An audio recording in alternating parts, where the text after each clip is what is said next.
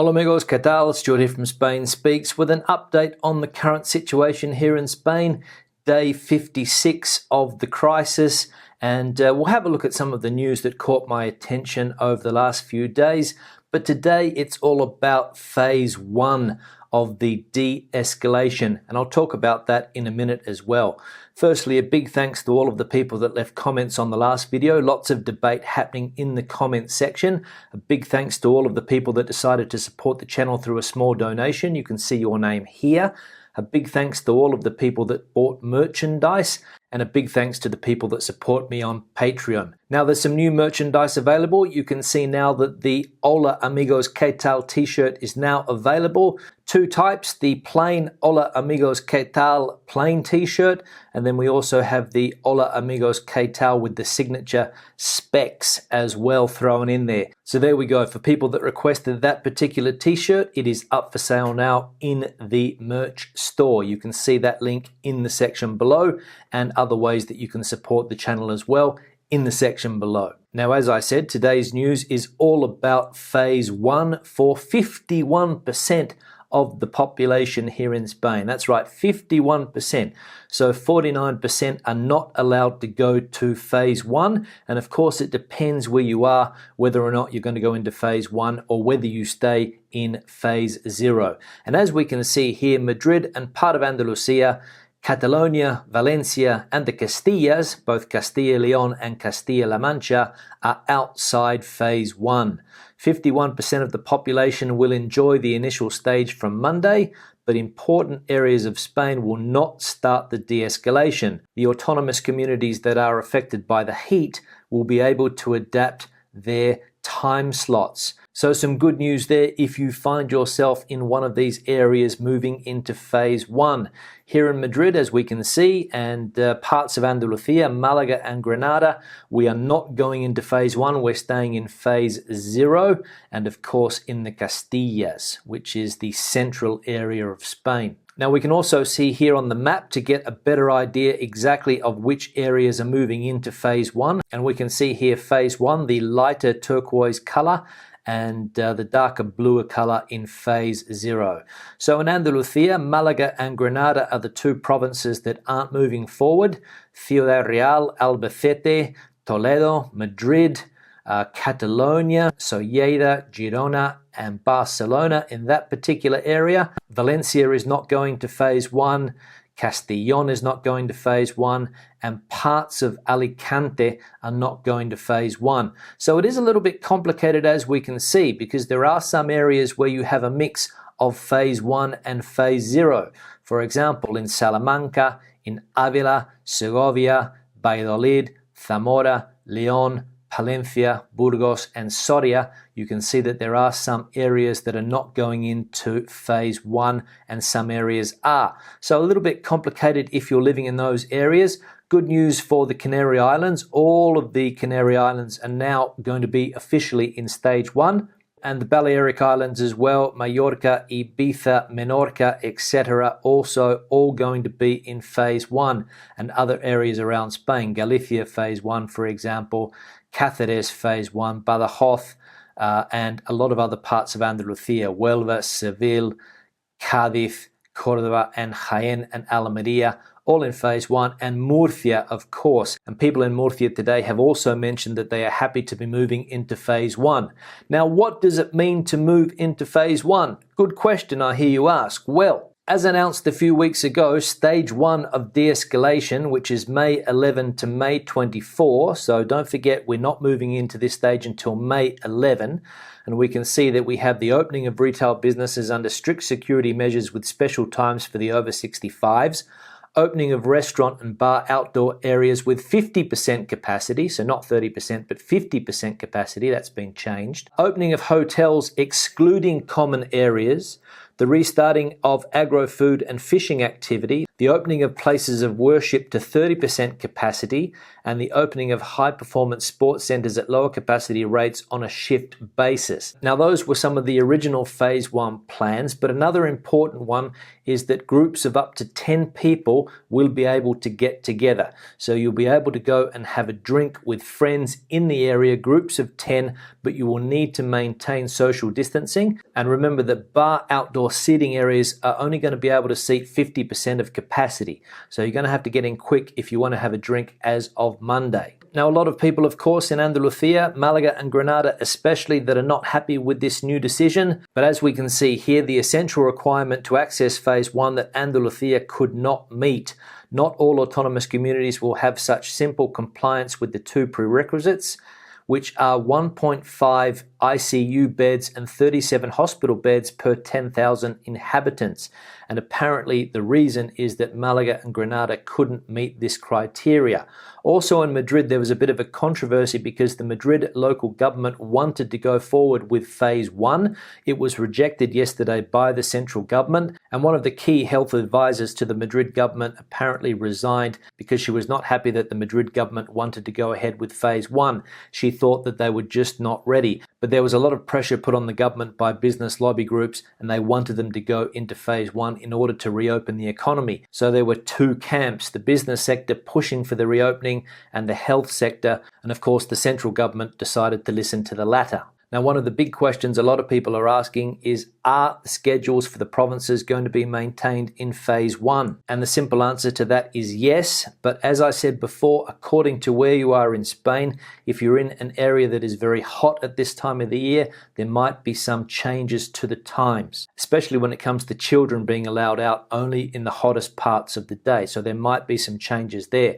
But for the rest of the time slots, they're going to remain the same. Now, another piece of news that has caught my attention is that the army has produced a document that predicts 2 more waves of the epidemic and that we will not return to normal until 2022. So the army predicting a couple more waves and peaks in this pandemic and no return to normal for the next couple of years. So not good news there. Now, Brussels has approved the temporary nationalisation of companies inside the European Union. We can see here that the European Commission has approved a temporary reform of the competition rules that will allow governments of the member country to enter the capital of companies and help them overcome the crisis caused by the pandemic, but under very strict conditions that will force them to abandon these positions before 6 years in the case of publicly traded companies, or 7 in companies which are not publicly traded. So there we go, the European Union giving countries individual powers to intervene in companies or nationalise companies, especially ones that fall into serious financial hardships over the next couple of years, for example, airline companies. Now let's have a look at some of the comments from the last video. One here from Anna, she says, "Hi Steve, great channel. I live near Valencia and your videos are really useful to keep up to date with this situation, which is confusing and strict. Is Phase 1 going to mean that we can go out when we like, or are we still on home arrest?" Yeah, good question, Anna. My name's Stuart, not Steve, but apart from that, Valencia is one of these regions that is going to have some places go into Phase 1 and some places stay in Phase 0. So it depends where you are. So if you're in an area with Phase 0, you're only going to be able to go out during your time slots and go to the supermarket, go to the pharmacy and things like that. You will be allowed to go to small businesses if you need to buy clothes or if you need to buy hardware goods. And if you are in a place that goes into Phase 1, Anna, you will be able to go out and meet some of your friends, as well as being able to do exercise in the pre-established time slots. One here from Terry, he says, "I'm furious. As a coast dweller, we have been kept in Phase 0 because the city dwellers have no respect for us. The criminals go to Phase 1, the victims remain at 0. God help them if I see them." Yeah, Terry, I can feel your frustrations if you are in one of these areas in Malaga, and obviously it's because of the city of Malaga that's not allowing you to go into Phase 1. But again, bienvenido a España. Robert says the year 2020 will become recognised as the year having a dose of flu became a criminal offence. Yeah, I still get a lot of comments by people saying that this is nothing more than a flu. Yesterday my girlfriend went to the hairdressers and the hairdresser broke down in tears because she lost both of her parents on the same day. 3 hours apart, and she's got her father's belongings back, but her mother's belongings haven't been returned yet, and basically they don't even know where she died. So is it nothing more than a flu? Well, I'll let you decide that. One here from Timmy says, Ola Nadal, thanks for keeping us all informed. Quick question, can we use our communal pools for exercise, or is it a case of community areas closed? And another one here from Carl and Jenny, similar question. My mum has a place in Benetashell with a pool. It's a shared one with another home in a small gated common area. Is she allowed to go for a swim in the pool by herself? Her other neighbour 2 doors down says no one is allowed to swim, or are they just being grouchy? Yeah, good question there. The Nadal reference is because of my impersonation of Rafa Nadal the other day, but we can see here that will swimming pools be allowed to open? No, it is not covered in phase 0 or phase 1. You will have to wait for another phase, and beaches depend on the municipalities. For now, some towns such as Barcelona or Valencia allow you to run on the beach and swim in the water at restricted times, but not to lie on the sand. Many other beaches are still closed. In subsequent phases, the conditions for using these spaces with physical distance will be studied. So there we go, can't use communal pools at the moment. If you have a house and you have your own pool, there's no problem as long as you've got it cleaned and in good condition, but communal pools, not yet. You're going to have to wait for one of the future stages. One here from Kathy. Hi Stuart, how far can I cycle from my house? Regards, Kathy. Kathy, you can cycle anywhere in your local municipality, in your local shire if you like. So depending on how big your local area is, it could be 10, it could be 15, it could be 20 kilometers, but it all depends on how big your local municipality is. Another one here from Javier. Hola amigos, ¿qué tal? I'm Spanish, 54 years old, live in a little town and have never been asked for my ID. I only carry it when I travel and not always. In the car, I always carry my driver's license just in case. Yeah, this question relates to the last video on whether you need to carry your ID on you at all times, and apparently you don't, but remember that if you get pulled over by the police, you're going to have to tell them where you live, and it's easy just to show them your ID card, whether it be your NIE or your DNI or some other type of ID that you have with your name and address on it. Javier's 54, never been pulled over by the police, and that's also similar for me. I've never been asked for my ID in the 22 years that I have lived in Spain. Maybe that's because I never do anything wrong. That could be one of the main reasons. I have been stopped while driving for a breathalyzer, but I didn't have to show any form of ID. But again, never been asked to show ID in all of the time that I've been in Spain. One here from Pugsy. She says, Canary Island, Gran Canaria. It is confusing what phase we are in. Your information is really good. It's better than mainstream media. We're a UK couple in Canaries and the rules don't seem to be clear.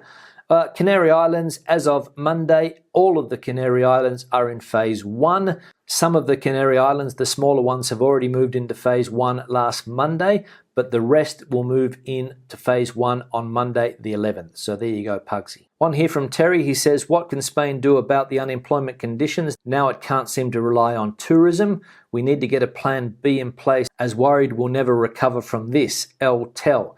Yeah, Tel, it is going to be a serious problem for a lot of industries, especially tourism. I saw somebody say that tourism is only 10%, so it's not really that important. But again, somebody else in the Canary Islands said that it's 35% of the economy down there, so very, very important. As to whether we need a plan B, I agree completely. The government needs to have some type of plan B in place in order to get these businesses up and running as soon as they can. Otherwise, it's going to be disastrous for the Spanish economy because of the secondary effect as well. Not only for the businesses that are closing, but for the suppliers and everybody else that is involved in the hospitality industry here in Spain. So I agree, we need a plan B. One here from KT Dotty. I'm leaving Spain for the US on Friday next week, but I need to get to Madrid from Cordoba down in the south.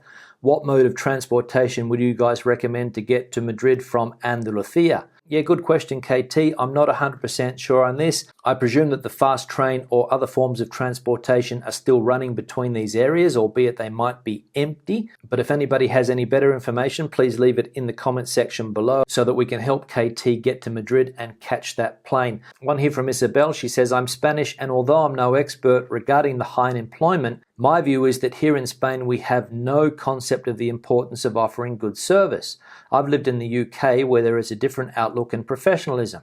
The Spanish mentality, regardless of the sector, is why employ 10 people if 5 can do the job? Now we know why there has always been endless queues everywhere you go, banks, offices, checkouts, etc. Another thing that gets me is that things never run smoothly. You need at least 3 attempts to get things right. Thanks very much for your video, Stuart. Yeah, this comment also relates to another comment that we saw the other day, which was talking about the high unemployment in Spain and why Spain has such high unemployment. Yeah, I agree with you, Isabel, that Spain does have a problem with service. It's one of the things that I've mentioned in other videos that I've done, that I can understand that in a service-based country, service does seem to be very bad. And you do go to a lot of places, especially in the coastal areas, and they don't have enough waiters working. They don't have enough people behind the bars, and you end up waiting a long time sometimes to get served. And you're right, that could be the reason. No concept of the importance of offering good service. So there you go. If you've got a differing opinion, leave it in the section below. And finally, one here from Trippy McHippie. I'm not entirely clear what's happening here in Ibiza, but I'm staying in. I'm not big on being a guinea pig. Also, I'm a photographer, weddings and events being my bread and butter, so there's not much out there for me. Imagine a masked wedding. Let's just say I'm working on my roof garden. It's going to be a lean summer. Yeah, Trippy, I imagine that a lot of people are going to be working on their roof gardens this year, or on their plantations, so to say. It's going to be a good source of income for a lot of people, I imagine, because they're not going to be able to do anything else. And of course, the weather conditions are going to be the same. As for being a photographer, I imagine it's going to be a pretty lean wedding season this year. And you're right, you wouldn't want to see the bride and groom wearing masks. It wouldn't make for a very good shot. And of course, you can't have a lot of people together. So not looking good for wedding photographers this year, unfortunately. So on that note, I'll wrap this video up. Questions or comments, please leave them in the section below. I'll let you guys debate the situation out as you normally do. Give the video a thumbs up if you liked it. I'll see you in the next one. Hasta luego.